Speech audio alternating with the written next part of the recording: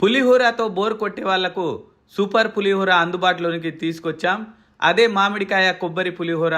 ఇప్పుడు ప్యాన్లో oil heat చేసుకొని అందులోనికి వేరుశెనగలు, ఆవాలు, జీలకర్ర, పచ్చిశనగపప్పు, మినప్పప్పు, ఎండు మిర్చీలు, అలాగే పచ్చిమిర్చి సన్నని చీలికలు, కరివేపాకు వేసి దోరగా వేపుకోండి.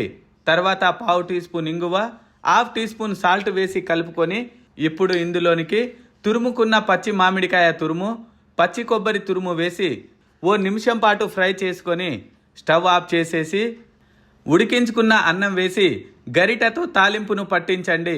పులిహోర మధ్య మధ్యలో ఎండుమిర్చి పచ్చిమిర్చితో పాటు మామిడికాయ పచ్చి తురుము, కొబ్బరికాయ పచ్చి తురుము పంటిని తగులుతుంటే ఆ రుచికి మైమర్చిపోవాల్సిందే. ఈ సీజన్లో దొరికేటటువంటి మామిడికాయతో చేస్తే ఎంత బాగుంటుందో ఈ పులిహోర.